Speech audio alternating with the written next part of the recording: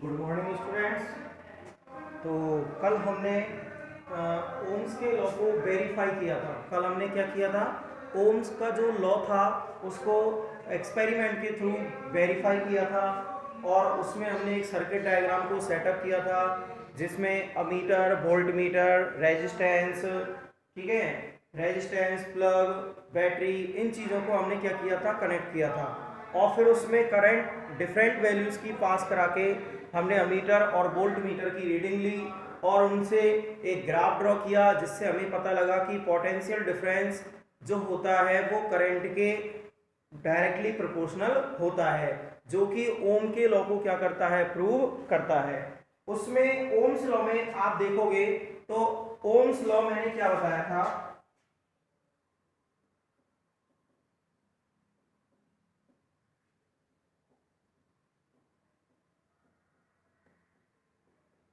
यदि Ohm's law की बात की जाए तो ओम्स लॉ में हमने एक न्यू टर्म देखी थी B equal to I R. यहां पे R एक न्यू टर्म थी।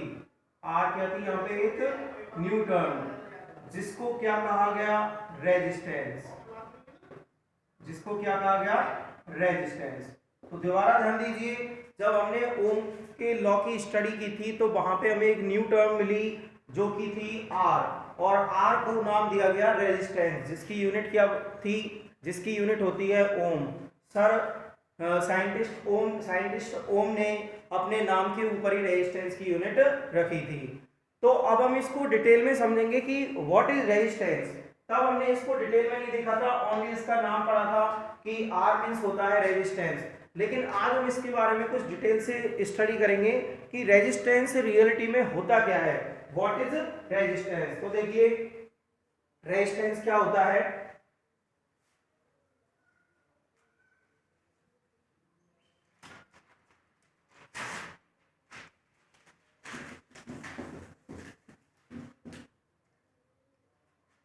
रेजिस्टेंस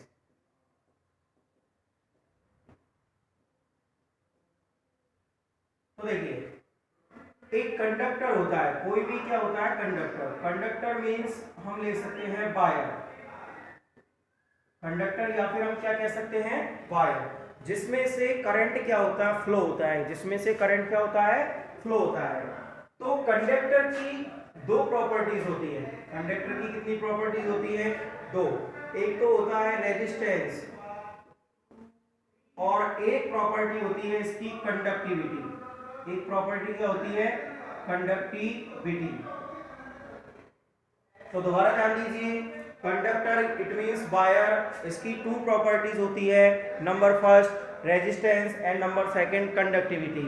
अब देखिए हम दोनों को स्टडी करेंगे तो देखिए क्या होता है कंडक्टिविटी। कंडक्टिविटी का मतलब है प्रॉपर्टी टू सपोर्ट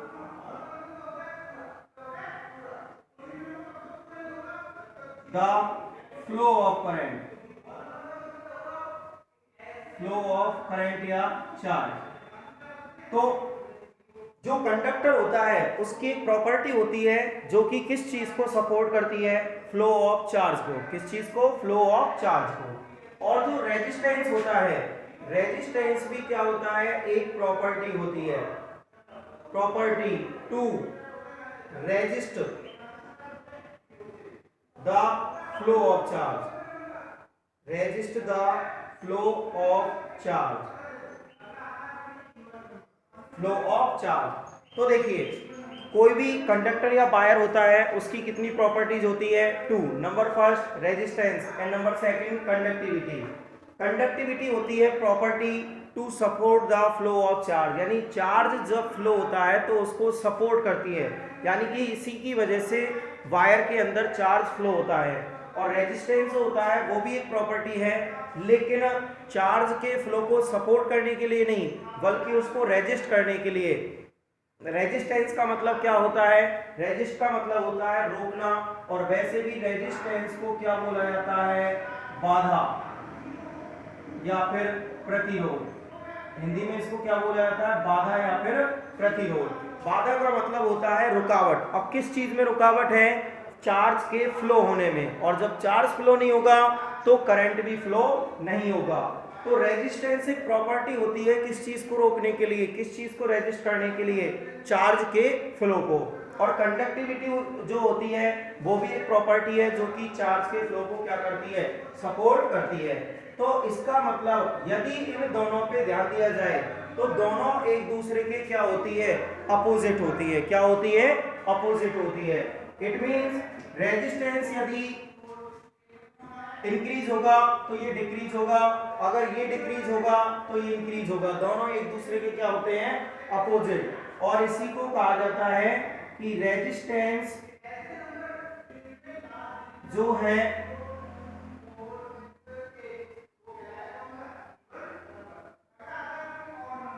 रेजिस्टेंस जो होगा वो कंडक्टिविटी के इनवर्सली प्रोपोर्शनल होगा। कैसा होगा? Inversely proportional. Inversely proportional. अब इनवर्सली क्यों लिखा? क्योंकि दोनों एक दूसरे के क्या होते हैं? इनवर्स होते हैं। इट मींस यदि रेजिस्टेंस इंक्रीज हुआ तो कंडक्टिविटी डिक्रीज हो जाएगी, यदि रेजिस्टेंस डिक्रीज हुआ तो कंडक्टिविटी इंक्रीज हो जाएगी। उसका रीजन मान लीजिए रेजिस्टेंस का मतलब बाधा नहीं आएगी तो कंडक्टिविटी क्या हो जाएगी? बढ़ जाएगी, उसमें से चार्ज फ्लो ज्यादा होगा। अगर रेजिस्टेंस ज्यादा हो जाएगा, इंक्रीज हो जाएगा, तो बाधा ज्यादा आएगी तो कंडक्टिविटी क्या हो जाएगी? डिक्रीज हो जाएगी। इट मींस दोनों एक दूसरे के कैसे चलते हैं? इनवर्स में चलते हैं। इसीलिए रेजिस्टेंस जो होता है कंडक्टिविटी के इनवर्सली प्रोपोर्शनल होता है। नेक्स्ट देखिए, ये तो थी एक कंडक्टर या वायर की दो प्रॉपर्टीज जिन्हें कहा जाता है रेजिस्टेंस और कंडक्टिविटी। अब देखिए रेजिस्टेंस प्रोड्यूस कैसे होता है। रेजिस्टेंस प्रोड्यूस कैसे होता है? तो देखिए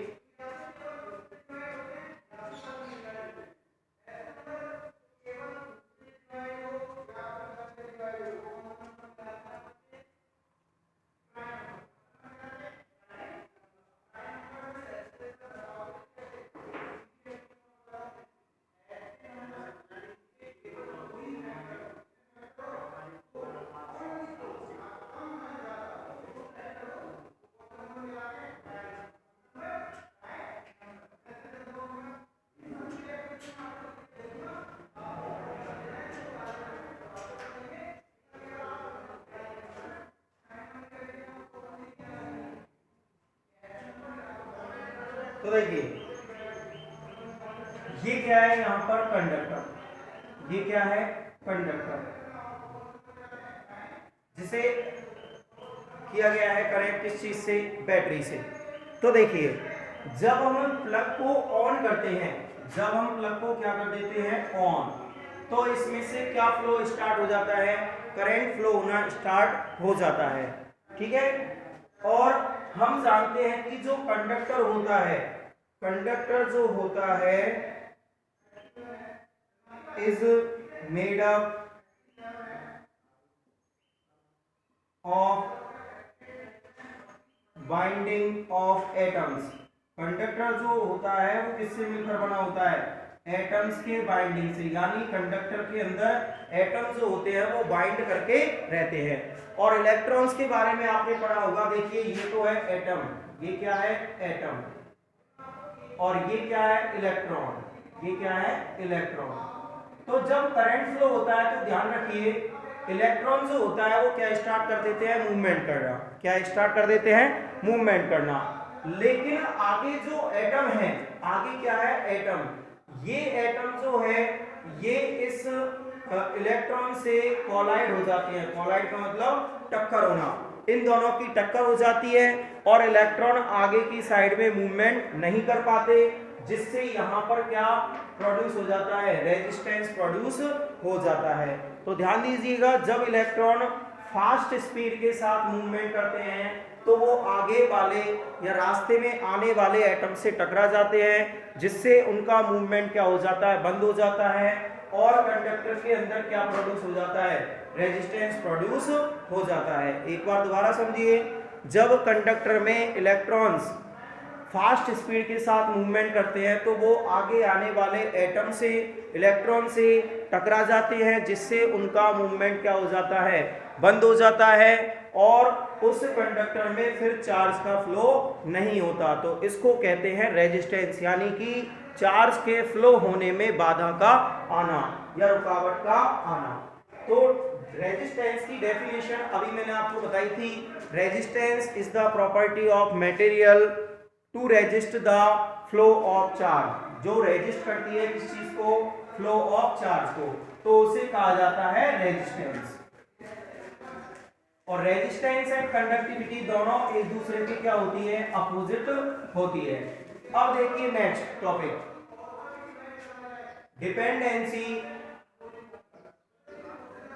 dependency of resistance, dependency of resistance. तो देखिए रेजिस्टेंस किन किन चीजों पे डिपेंड करता है, ठीक है, क्या देखेंगे हम कि रेजिस्टेंस किन किन चीजों पे डिपेंड करता है। तो देखिए number first, length of wire, जिसे रिप्रेजेंट किससे किया जाता है, एल से। सबसे पहले लेंथ ऑफ वायर को देखिए, एक तो वायर है ये और एक वायर है ये।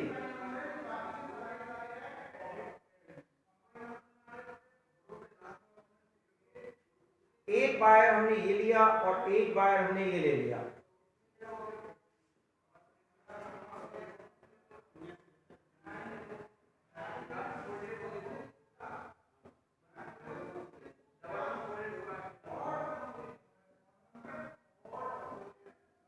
तो देखिए एक हमने दो वायर लिए, number A and number B, दो वायर लिए number A and number B. यहां पे आप देख सकते हो इस वायर की लेंथ कम है और इस वायर की लेंथ क्या है, ज्यादा। तो एक चीज बताइए आप कि कौन से वायर के अंदर इलेक्ट्रॉन्स कोलाइड ज्यादा करेंगे। तो हम देखते हैं कि इसमें नंबर ऑफ इलेक्ट्रॉन्स ज्यादा है, इसमें नंबर ऑफ इलेक्ट्रॉन्स क्या है, ज्यादा।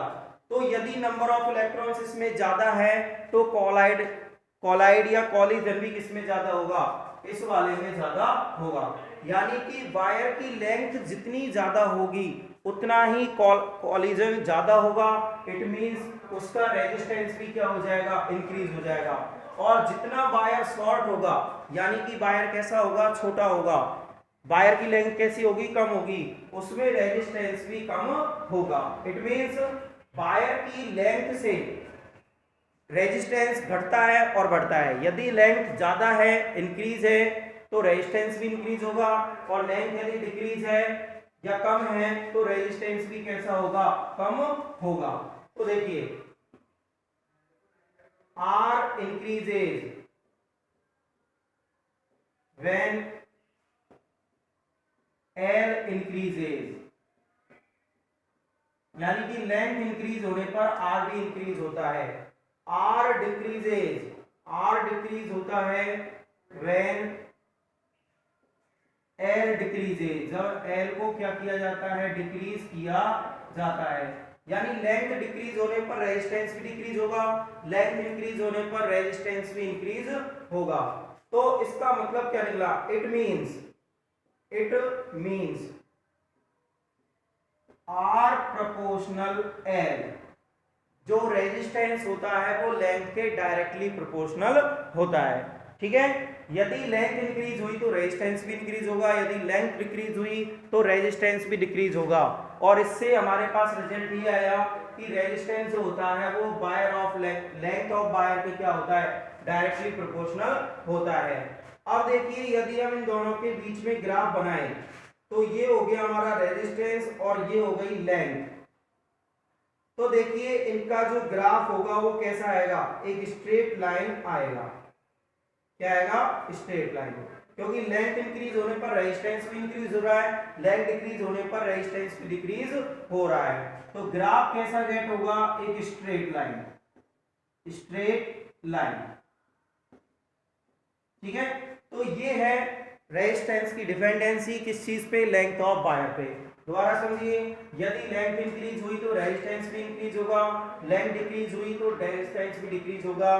तो दोनों एक दूसरे के क्या होते हैं, डायरेक्टली प्रोपोर्शनल होते हैं। ग्राफ ड्रॉ करें तो ग्राफ हमें स्ट्रेट लाइन गेट होता है। इसको हम लिख सकते हैं equation number first.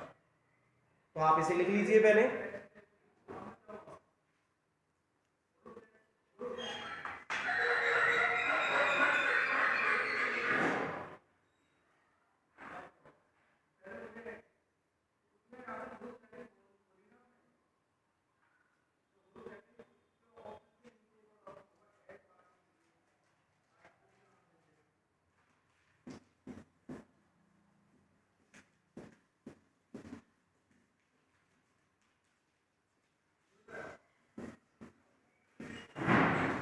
Yes, next देखिए number second, cross sectional area. Cross sectional area जिसे रिप्रेजेंट किया जाता है ऐसे। तो देखिए सबसे पहले मैं आपको क्रॉस सेक्शनल एरिया समझा देता हूं क्या होता है। जैसे मान लिया जाए ये एक वायर है, क्या है, ये एक वायर, ठीक है, ये क्या है, एक वायर। तो वायर का जो ये ऊपर वाला पार्ट है, ये वाला, ये सर्किल वाला, तो इस सर्किल को हम क्या कहते हैं, क्रॉस सेक्शनल एरिया। यानी कि मान लीजिए मैंने एक वायर बनाया, ये एक वायर ड्रॉ कर दिया मैंने, वायर, तो इसको हम क्या कहेंगे, cross sectional area. Cross sectional area. और क्रॉस सेक्शनल एरिया को मैं इजीली समझाना चाहूं तो आप क्या कह सकते हो, वायर की मोटाई। क्या कह सकते हो, वायर की मोटाई।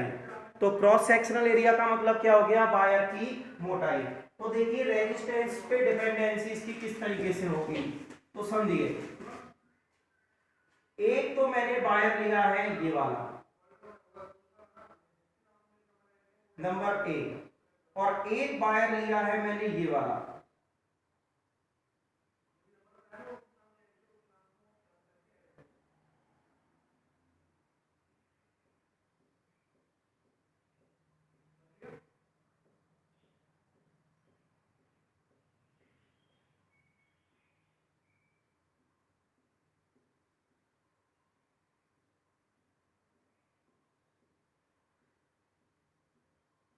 तो देखिए मैंने दो वायर लिए जिसमें से नंबर ए की मोटाई कम है एंड नंबर बी का क्रॉस सेक्शनल एरिया मींस मोटाई ज्यादा है। तो देखिए आप देख सकते हो कि इलेक्ट्रॉन को मूव करने के लिए स्पेस कौन से वायर में ज्यादा मिल रहा है। इसमें देखिए लेस स्पेस है, इसमें स्पेस क्या है, लेस।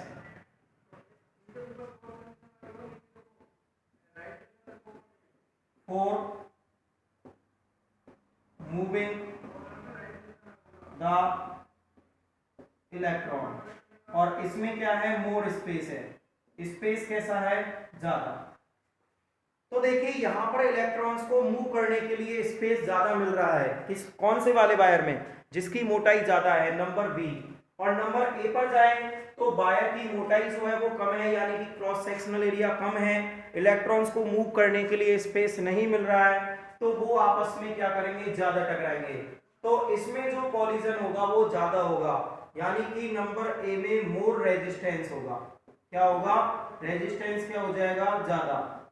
और इसमें जो रेजिस्टेंस होगा वो कैसा होगा, कम होगा।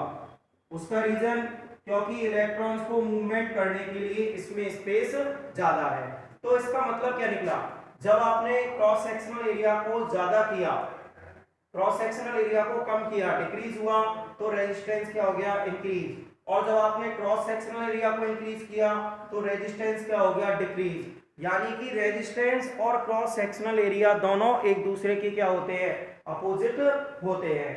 तो इससे रिजल्ट क्या निकलेगा, दोनों एक दूसरे के कैसे चल रहे हैं, इनवर्स में। R increases when A decreases, R decreases when A increases, तो इट मींस दोनों एक दूसरे के क्या है, इनवर्स। तो आप क्या लिख सकते हो, आर इनवर्सली प्रोपोर्शनल एरिया। तो इनवर्सली क्या होता है, ये प्रोपोर्शनल होता है, इनवर्सली प्रोपोर्शनल। ठीक है। अब यदि हम ग्राफ ड्रॉ करेंगे तो ये है ए और ये है आर। यदि इनका ग्राफ ड्रॉ करेंगे तो ग्राफ क्या आएगा, अपोजिट आएगा, एक स्ट्रेट लाइन नहीं आएगी बल्कि क्या आ जाएगा, कर्व, यानी कि डाउन होता हुआ आएगा। तो ये है रेजिस्टेंस की डिपेंडेंसी किस चीज पे, क्रॉस सेक्शनल एरिया पे। तो ध्यान दीजिए, क्रॉस सेक्शनल एरिया का मतलब होता है मोटाई। यदि एरिया डिक्रीज हुआ तो रेजिस्टेंस इंक्रीज हो जाएगा, एरिया इंक्रीज हुआ तो रेजिस्टेंस डिक्रीज हो जाएगा। इट मींस दोनों एक दूसरे के क्या होते हैं, इनवर्स होते हैं, इसीलिए रेजिस्टेंस एरिया के इनवर्सली प्रोपोर्शनल होता है और इसका ग्राफ एक कर्व गेट होता है। ये इक्वेशन नंबर क्या लिख सकते हो, सेकंड। तो ये है डिपेंडेंसी किस चीज पे, क्रॉस सेक्शनल एरिया पर, लिख लीजिए।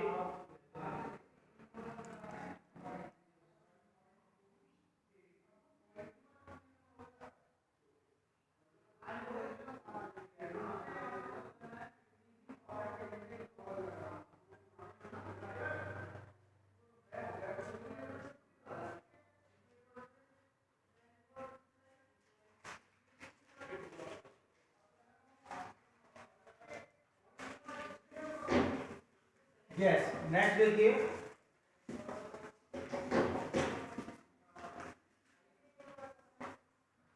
तो हमारे पास दो इक्वेशंस आई थी from equation first, R proportional L, from equation second, R proportional 1/a, combining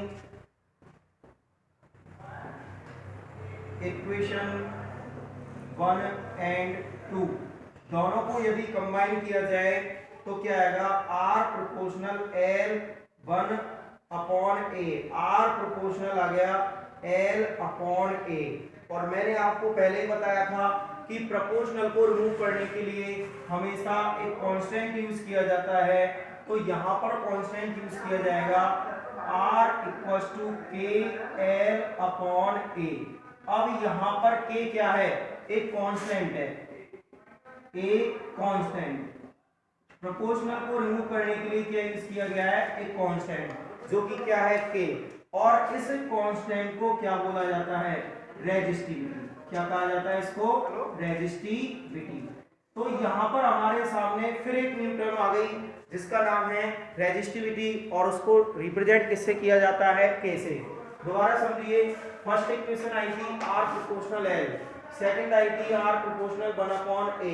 तो दोनों को कंबाइन में लिख दिया R प्रोपोर्शनल L/a। प्रोपोर्शनल को रिमूव करने के लिए कांस्टेंट यूज किया जो है k, और k को क्या कहा जाता है, रेजिस्टिविटी। क्या कहा जाता है, रेजिस्टिविटी। तो एक न्यू टर्म निकल के आई हमारे पास, क्या, रेजिस्टिविटी। अब देखिए रेजिस्टिविटी की unit, unit of resistivity, resistivity. तो देखिए रेजिस्टिविटी की यूनिट फाइंड करने के लिए सबसे पहले हमें रेजिस्टिविटी का फॉर्मूला बनाना पड़ेगा। R = होता है k L/a, इसके अपॉन में 1 लगा दिया। तो देखिए R × a = k L, और यहां से k का फॉर्मूला निकल के आया RA/L। क्या फॉर्मूला निकल के आया, RA/L। अब आप इसकी यूनिट कैसे फाइंड करेंगे, तो देखिए k = R means resistance, resistance की यूनिट होती है ओम, एरिया की यूनिट होती है मीटर स्क्वायर, और लेंथ की यूनिट होती है मीटर। मीटर से मीटर स्क्वायर कटा तो क्या बच गया, मीटर। इट मींस k की यूनिट आपके सामने क्या निकल के आई, ओम × मीटर। तो रेजिस्टिविटी की जो यूनिट आई है ऐसा यूनिट, वो क्या होती है, ओम × मीटर। तो ध्यान रखिए कि यहाँ पे क्या है, रेजिस्टिविटी जो कि एक न्यू टर्म है, और इसकी यूनिट जो आई वो क्या आई, ओम मल्टीप्लाई मीटर। ठीक है, तो इसे लिख लीजिए।